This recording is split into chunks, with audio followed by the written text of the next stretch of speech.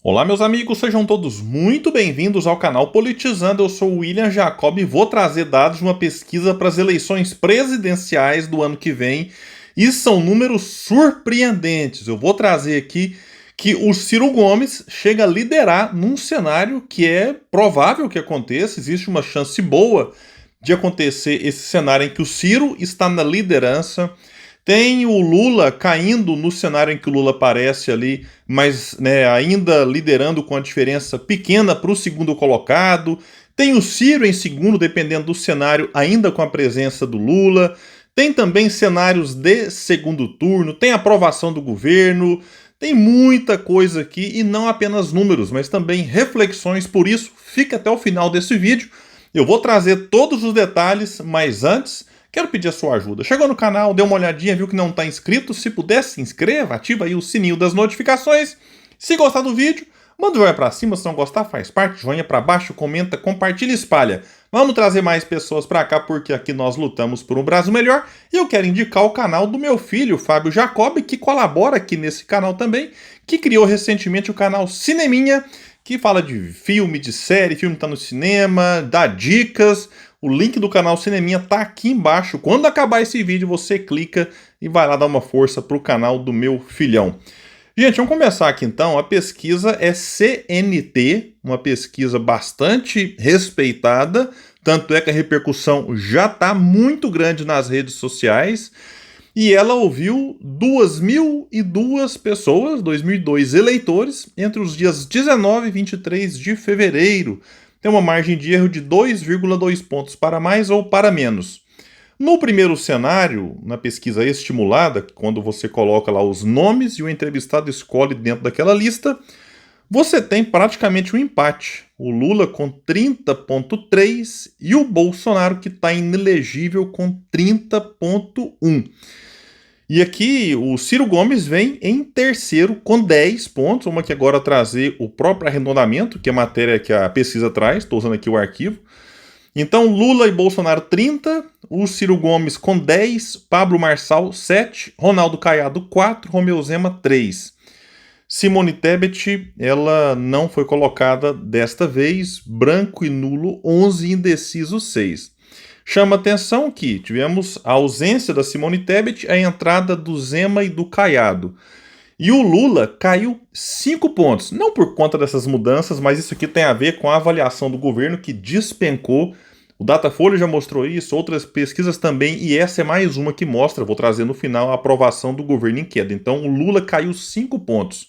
O Bolsonaro caiu 2. E o Ciro cresceu 4 pontos. Então esse aqui é o que vai chamar a atenção, não só nesse cenário, mas em vários outros, com o Ciro crescendo e o Lula caindo. Agora, se tira o Bolsonaro, que está inelegível, a gente sempre se pergunta, por que colocar o cara tá inelegível? Lembrando que o Caiado, por enquanto, também tá, e o Pablo Marçal também. Então, dessa lista aqui, elegíveis, apenas o Lula, o Ciro Gomes e o Zema. Os outros três, Bolsonaro, Pablo Marçal e Caiado, neste momento estão inelegíveis. Eu até acho que o Caiado vai conseguir reverter, o Marçal tem minhas dúvidas e o Bolsonaro não, sem chance, não vai disputar 2026. Agora, sem o Bolsonaro e com o Tarcísio, governador de São Paulo, um dos cotados para ser o candidato bolsonarista em 2026, aí nós temos o seguinte: o Lula lidera com 30, porém caiu 5 pontos, era 35 em novembro. Então, em 3 meses, caiu 5 pontos. Quem cresceu 5 foi o Ciro Gomes, que aparece em segundo com 14. Em terceiro vem o Tarcísio, também com 14, porém deve estar algum décimo aqui atrás do Ciro, por isso o Ciro está na frente, numericamente falando. O Tarcísio tinha 15, então deu uma oscilada para baixo aqui de 1. O Pablo Marçal caiu 4, estava com 17, o povo deve estar cansado, já passou a febre, será? Tomara, né? Caiu de 17 para 13. Romeu Zema, que não estava antes, 4. O Caiado, que também não estava antes, 4 pontos. Branco e nulo 13, indeciso 7. Então reparem que o Ciro antes estava em quinto, porque no cenário anterior tinha Simone Tebet. Agora o Ciro disparou e ocupa a segunda posição, tecnicamente empatado com o Tarcísio em terceiro e com o Pablo Marçal em quarto. Então, mais uma vez, o Lula cai 5 pontos e Ciro Gomes sobe 5 e o Marçal, repito, caiu 4. No cenário 3, você tem o Eduardo Bolsonaro como candidato bolsonarista. E não foi feita antes, então não dá para comparar. O Lula lidera com 31,1, Ciro Gomes em segundo lugar com 13,2, Eduardo Bolsonaro com 13,1, Pablo Marçal em quarto com 11,9. Então esses três, por conta da margem de erro, estão tecnicamente empatados, porém com Ciro numericamente à frente. Ronaldo Caiado e Romeu Zema empatados numericamente, cada um com 5,4. E detalhe importante aqui, porque você tem o Bolsonaro fora. Esse aqui tá fora, indiscutível. Agora resta saber quem vai ser o candidato bolsonarista. E o Lula?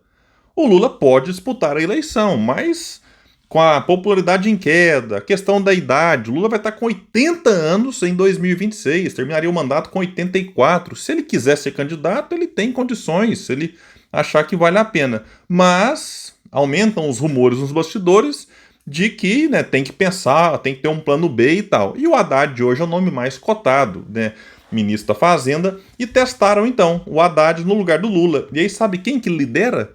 Ciro Gomes, com 19,7%, quase 20%. O Haddad vem em segundo, com 16,2%. O Tarcísio de Freitas vem em terceiro, com 14,4%. O Pablo Marçal em quarto, com 14%.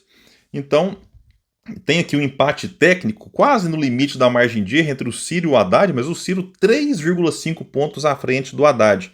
E mais embolado aqui está o Haddad com o Tarcísio e o Pablo Marçal. O Caiado aparece com 5,4 e o Zema com 4,5. Branco e nulo, 15,7, indeciso, 10,1. Olha, eu confesso, imagina um segundo turno, Ciro Gomes e Fernando Haddad. Eu acho que o Brasil ganharia em termos ali de discussão sobre modelo econômico. Por exemplo, o Haddad está aí, ministro da Fazenda, colocando em prática medidas que estão sendo elogiadas por liberais. O João Dória já elogiou o Haddad, o Paulo Guedes já elogiou, o Romeu Zema já fez elogios, e você teria do outro lado o Ciro Gomes com propostas mais desenvolvimentistas. Então, seria um candidato mais desenvolvimentista contra um candidato mais liberal, mas que posa de progressista, né, como é o caso aqui do Haddad. Então, seria um segundo turno bastante interessante da gente ver. Se concretizasse esse cenário. Claro, daqui até 2026 tem muita coisa para acontecer, e tem um ponto importante, pessoal. O Ciro está aqui aparecendo em segundo em vários cenários, com o Lula participando, e sem o Lula o Ciro vai para primeiro. E o Ciro, em momento algum, de 2022 para cá, disse que vai ser candidato. Pelo contrário, o Ciro diz que não quer ser. E mesmo assim, o povo vai lá agora e, 19,7 votaria no Ciro, que não tem cargo. O Haddad é ministro da Fazenda. O Tarcísio está em terceiro, governador do principal colégio eleitoral do país, principal estado, São Paulo.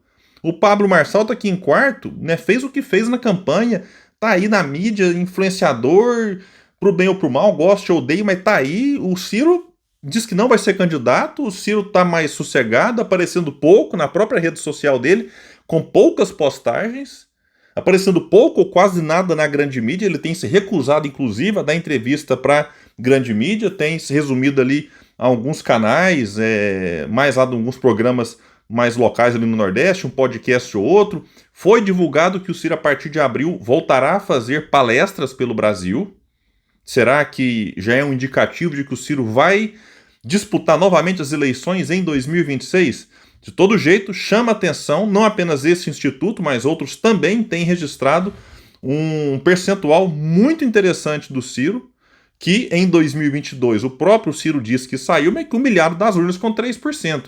Mas agora pode ser que o povo tenha, poxa, será que o Ciro, presidente, não estaria numa situação melhor? Então pode ser que o povo agora esteja pensando e refletindo. Porque muita gente, os 3% daquela eleição, eu conversei com muitas pessoas, era o seguinte: eu queria votar no Ciro, mas vou votar no Lula para acabar no primeiro turno. Essa coisa do voto útil colou e derreteu o Ciro na reta final. Então muita gente queria ter votado nele, não votou por conta de voto útil, por conta de terrorismo eleitoral que fizeram, e aí o Ciro acabou terminando ali com os 3%. Agora, fizeram aqui cenários de segundo turno e não fizeram com o Ciro, puxa vida. Fizeram O Lula contra o Bolsonaro venceria o Lula 43,4 contra 41,6. Está dentro da margem de erro. O Lula venceria o Tarcísio 41,2 para o Lula contra 40,7. Meio pontinho só, dentro da margem de erro também. E o Haddad perde para todo mundo. Perderia para o Bolsonaro 43,1 para o ex-presidente contra 39,4 para o atual ministro da Fazenda. E o Haddad também perderia para o Tarcísio, porém margem apertada aqui, um pontinho só a mais para o Tarcísio, 38,3 contra 37,3. Então cenários bem parelhos, mas com o Haddad perdendo os dois e o Lula perde por pouco para o Jair e vence o Tarcísio por pouco. Agora, uma pergunta interessante sobre preferência de voto para as eleições para presidente. O senhor prefere votar em Lula ou candidato apoiado por ele? É a minoria, 29,4. Bolsonaro ou candidato apoiado por ele? 30,7. Um pouquinho a mais do que o candidato apoiado pelo Lula ou o próprio Lula. E, vejam só, a maioria, né, dentro desse corte aqui, 30, não a maioria dos 100, né, mas a maior parte dos eleitores diz que votaria 35,1 a algum candidato que não seja ligado a Lula ou Bolsonaro. Outro ponto que favorece o Ciro. Que 35% fala, não quero nem Lula, nem Bolsonaro, nem ninguém apoiado por um dos dois. Eu quero alguém que não seja, né, vinculado a eles. Então, nesse caso aqui, o Ciro é quem aparece melhor colocado para tentar herdar e atrair esse eleitor insatisfeito com o atual e com o ex-presidente. Agora, um ponto importante aqui. Foi perguntado, o senhor ou a senhora considera que o presidente Lula merece ou não merece ser reeleito para governar o Brasil por mais 4 anos após 2026? Pessoal, vejam só, 31,7 fala que o Lula merece mais 4 anos. 64,8 diz que não merece. Mais do que o dobro acha que, opa, chega, deu, não merece ficar mais 4 anos. Então, isso aqui também deve ter chamado muita atenção ali do governo. E tem um dado agora que deve ter caído como mais uma bomba. O Datafolha caiu no meio do governo assim e gerou uma repercussão gigantesca. Agora estão aí discutindo reforma ministerial. O Lula fez ontem lá uma aparição em cadeia nacional para anunciar algumas medidas, tentando trazer de volta um aumento na popularidade. E é o seguinte, vejam só que a avaliação do governo Lula caiu. A positiva caiu de 35 para 29, 6 pontos. E a negativa disparou de 31 para 44, de novembro até fevereiro. Em 3 meses, 13% a mais na avaliação negativa. Então, o saldo que era positivo antes de 4 pontos, em relação ao positivo ser maior do que o negativo, agora é de 15 a mais na avaliação negativa sobre a positiva. Então, isso aqui é realmente uma ducha de água fria no governo que precisa olhar para isso aqui. Não adianta tapar o sol com a peneira. Na verdade, quem tem feito mais isso é a militância mais fanatizada. O governo já caiu a ficha, tanto é que, e repito, estão agora discutindo mudança ministerial e tem que tomar cuidado para não mudar para pior. Eu tenho visto algumas especulações preocupantes aí. Mexeram na comunicação, tem a questão ali as críticas públicas já de alguns aí em relação à atuação do Haddad. Eu disse aqui desde que o governo assumiu, e tenho falado isso aqui desde que eu criei o canal, se não mudar modelo econômico, olha, não importa quem é o presidente, com esse modelo é praticamente certo que vai ter muita dificuldade para se reeleger, como teve o Bolsonaro e não se reelegeu. Então tudo se encaminha para o Lula ter muita dificuldade para se reeleger ou para eleger um sucessor. Tempo para mudar tem. Só que os sinais dados na economia não é de mudança, não. Então, estão tendo uma medida para agradar aqui o estudante, o aluno, ok, mas isso daqui a pouco passa e o povo vai querer mais. E com arcabouço fiscal, o governo fica engessado, amarrado. Agora, o arcabouço fiscal foi enviado pelo próprio governo e comemorado pelo próprio governo. Então, não dá para terceirizar, o arcabouço foi o mercado, foi o Centrão, foi o STF, não. E pouca gente no campo chamado campo progressista teve coragem de criticar esse arcabouço. Eu estou batendo nele aqui muito antes dele ser aprovado. E continuo batendo depois. Agora a ficha está caindo para alguns aí. E olha, a avaliação do atual presidente é tão ruim que ele empatou com o Temer. Que a pesquisa fez aqui começo terceiro ano do mandato de todos os ex-presidentes. O Lula tem a pior avaliação em termos de, ou a maior avaliação negativa, empatado com o Temer, esses 44%. Chega a ser pior do que o Bolsonaro, que estava em pandemia nessa época, para ver a gravidade da situação. E para comparar com o Lula 1, no primeiro mandato, o Lula 1 tinha 14% de negativa. No segundo mandato, o Lula tinha 8% de avaliação negativa, agora é 44%. Bom, então nós temos aí esses números, né? Eles são realmente chamativos, em alguma medida, seja pela queda abrupta na avaliação do governo, o que não é novidade, porque, repito, outros institutos registraram. E chama atenção também a questão do Ciro Gomes, mais uma vez aparecendo bem colocado, e resta agora aguardar e ver, né, pegando aqui esses dois, Lula e Ciro, se o governo vai de fato ter coragem de mudar algo estruturalmente falando, e não tem dado sinais de que fará isso. Os primeiros sinais são de medidas muito tímidas em relação àquilo que o Brasil precisa urgentemente mudar esse modelo econômico, que é a forma de se fazer política. E em relação ao Ciro, vamos ver se ele vai mudar de ideia. Por enquanto, continua não se posicionando como candidato. Vamos ver se ele mudará, e se mudar, eu espero que ele aprenda também com as derrotas do passado, porque as derrotas elas ensinam.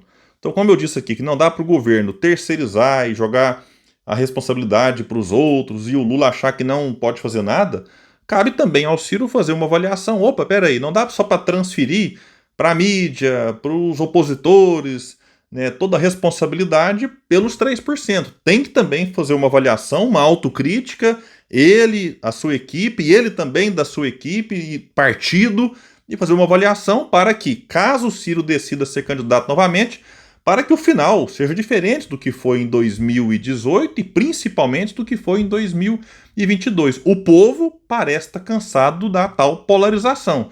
Isso abre espaço para um outro candidato.